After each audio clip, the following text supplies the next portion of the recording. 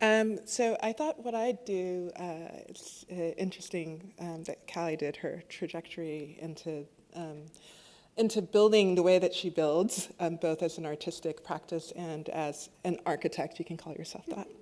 And I thought what I'd do is talk about a little bit about sort of how I got into the work that I do, but also focus in particular on some of the questions that I'm wrestling with right now, or some of the things that I'm thinking about in terms of how to build better, and through that show a couple of projects so you have pretty pictures to look at. I am an architect. I did go through the formal training as an architect. But the interesting thing is that a lot of my training focused on how to build a better building, how to make a more beautiful space, how to use more sustainable materials. And that always felt a little bit hollow to me.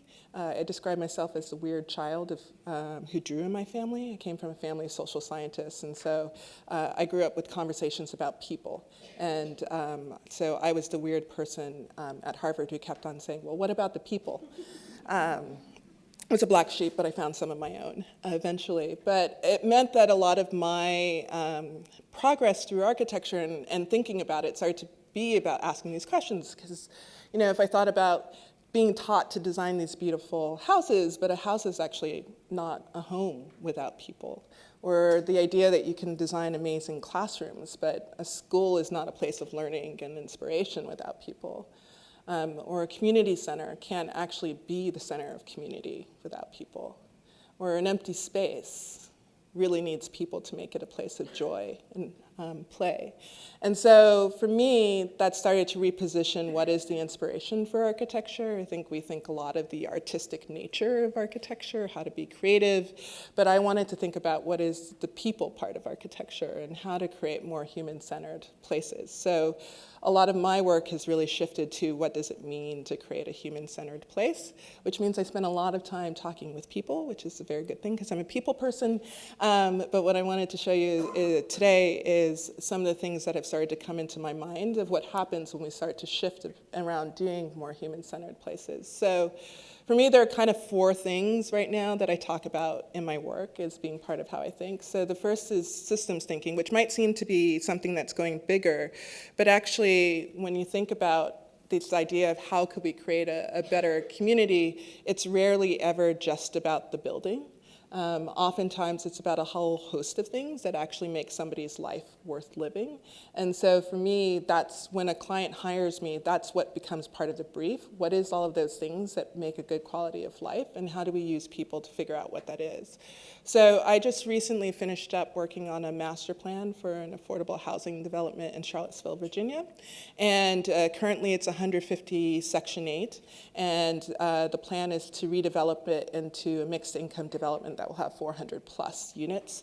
And for starts, I actually just went and sat in the homes of many of the current residents, which was a little bit of an unusual way to approach it. I remember the city council folks being, "You're going to do what?" But I went in and I didn't ask people sort of, what do you want to see here? I just sort of said, I'm here to really learn about your life and what it's like to live here. And the conversations would last, well over an hour and still continue every time I was back there and see them. And one of the things that came up was very similar to what Tammy has said here about she wasn't expecting to be there that long. So for a lot of the people who lived there, it was better than public housing.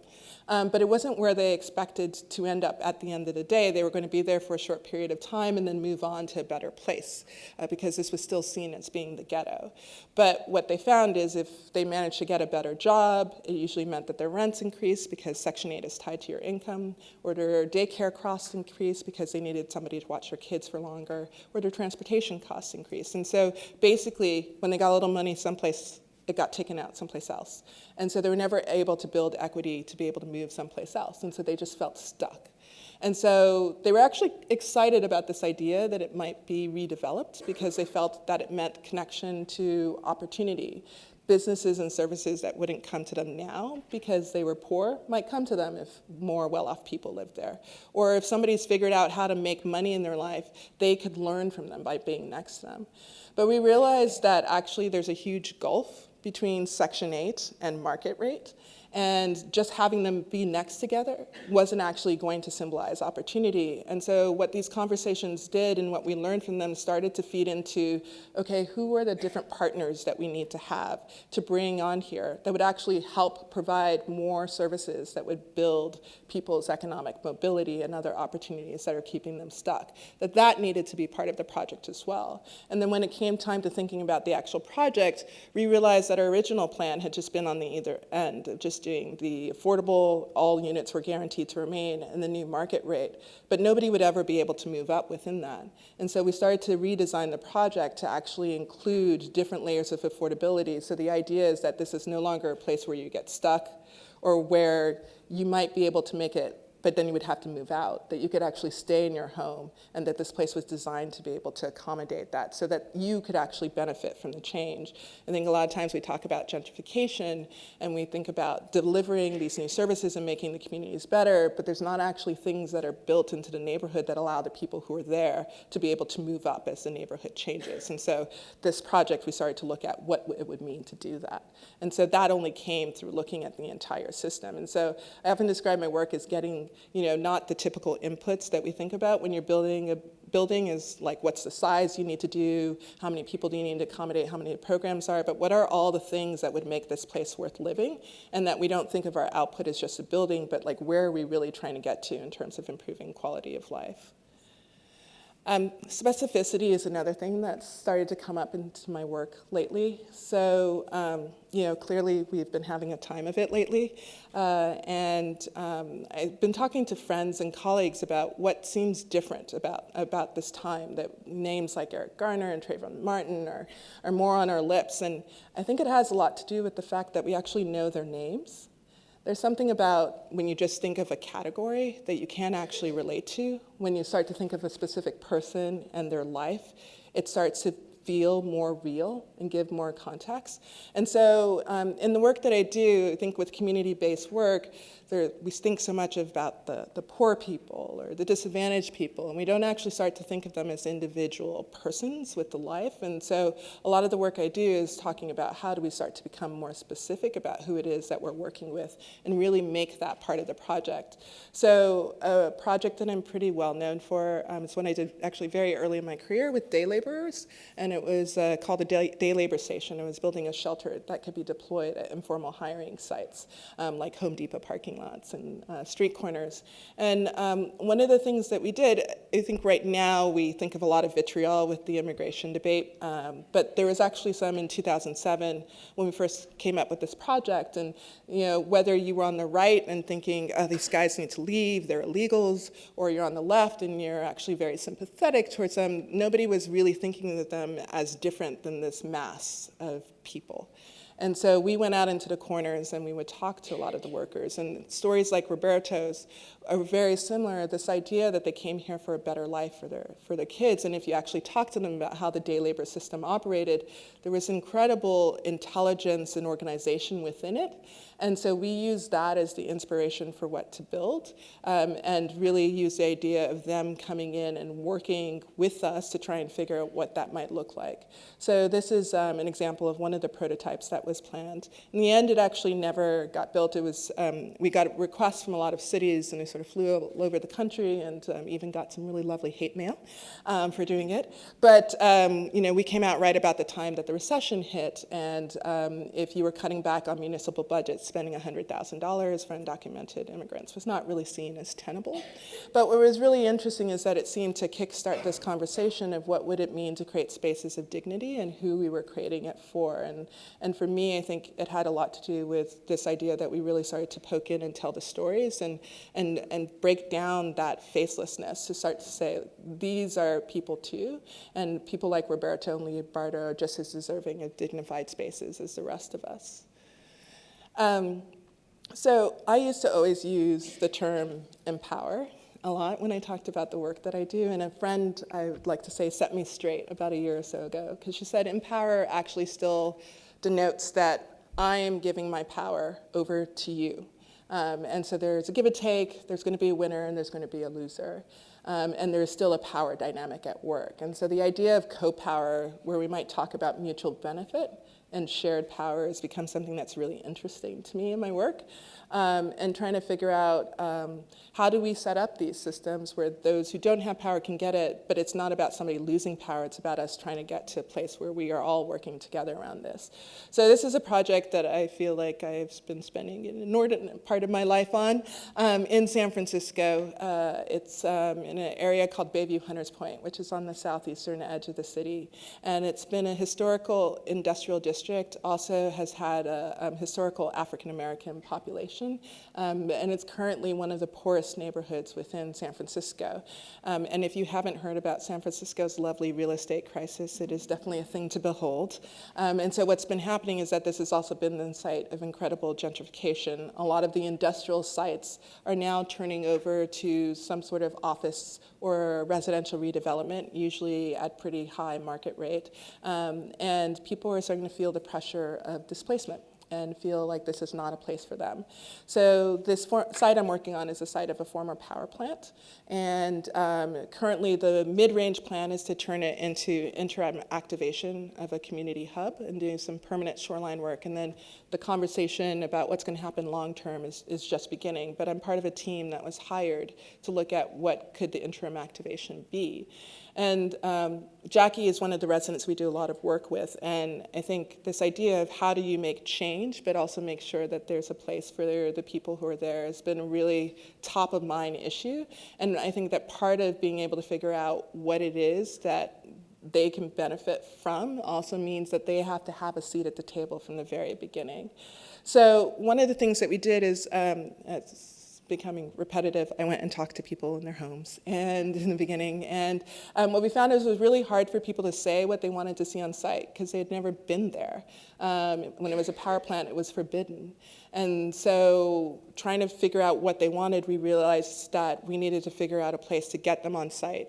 And one of the things that they were able to be specific about is that they felt that their stories were being lost because people were leaving this neighborhood. So we actually teamed up with StoryCorps, who has a permanent booth in San Francisco. And they have a community recording program, and we said, hey, you know, can we build you a booth on our site and have you come and record? And they thought we were crazy, but they said sure. And so we got a shipping container, we hired some local youth to build it, and then the inside basically looks like your grandma's living room. And the idea is that you could come in and you could tell your story. Every story would be archived in the Library of Congress, like a typical StoryCorps recording. And basically it was a way to build the trust with people to say your story is not going to be lost. And so we used that first foray to then continue to have other forms of activation on site. This act actually just people came up to us afterwards and said, you listened to us. And so this is a highly overplanned neighborhood with lots of plans and very little built. And so this was a way to build that trust. And so then we started having all sorts of different events, everything from job training workshops to a circus, which caused my client to have a heart attack when we first proposed this. But the idea was really that these events, we basically repurposed our community engagement budget, and the events were essentially our community meetings. I think a lot of times community meetings reward people who are time rich, not time poor, and a lot of folks who live in the communities that I work with are pretty time poor. And so we wanted to create things that actually would be a benefit for them so they could come and enjoy it and take something from it, but at the same time we would also have these various engagements where it was also not that we were asking them to tell us what they wanted in the language of architects, but tell us what they wanted in their language, and that it did not really discriminate by age. Nobody ever asked kids what they want, but they actually have some pretty insightful things. And so all of this we treated as data and have been using for what interventions we make on the site now, and also starting to lay the groundwork for what could be there in the future. And so the first part that's going to come up is actually the shoreline is under construction right now. It's going to be a public access trail, and so much of the design has actually been picked up based on the things that people told us when they came to the site, or even us just watching them on the site and seeing how they use space and using that as an inspiration for how the place could be designed. The last piece that I'll just say, which is also a very important piece, as you can tell by the fact that I'm always mentioning talking to people, but empathy is also a really big tool for me. And in particular, I want to stress this idea of pain. I think sometimes we focus so much on let's fix this, we're going to make it better. But I actually think that in rushing ahead to get things done, people also still feel like, oh, I'm being ignored once again. I have this really real hurt that is this place changing, and that doesn't get acknowledged. And so in a lot of the projects I do, some of the visual stuff and the storytelling is really just about allowing everyone, including my clients, to see the pain that is there and have that be the baseline for how we talk about what we're going to do.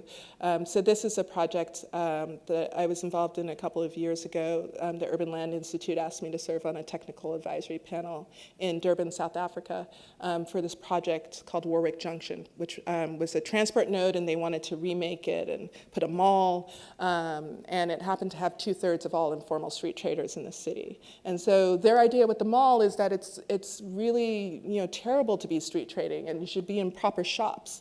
But when we went to talk to the traders, they actually had very vibrant stories. Woman Bixley, who was one of the street traders that we talked to, talked about the fact that they can tell by the way that they're already treated that they're not really valued. So for them, it's hard to believe this idea of like, oh, the shop is really to improve their lives. But when you talk to them, she would tell a story of the fact that the women gathered and cleaned the street once a week because the government had stopped doing it, but they wanted a clean place for their customers to be able to come. Or the fact that some of the other fruit traders would actually, and vegetable traders would actually pull together their fruit once a week to make a soup for the patients in the AIDS clinic nearby. So they were doing all of these things, but they were clearly feeling the pain of also being ignored. And so the idea of a shopping mall that would make their lives better was really hard for them to understand when they were constantly seeing ways in which they weren't being valued, and that was not being acknowledged as a starting ground for how to move forward. And so notice that there's a lot of stories and probably not a lot of building, but for me, that idea of the stories and some of these tools are really setting the groundwork of what it means to create better spaces, and for me, they're actually the inspiration of how I start to think about design. So these are just the tools again, and I'm looking forward to the conversation.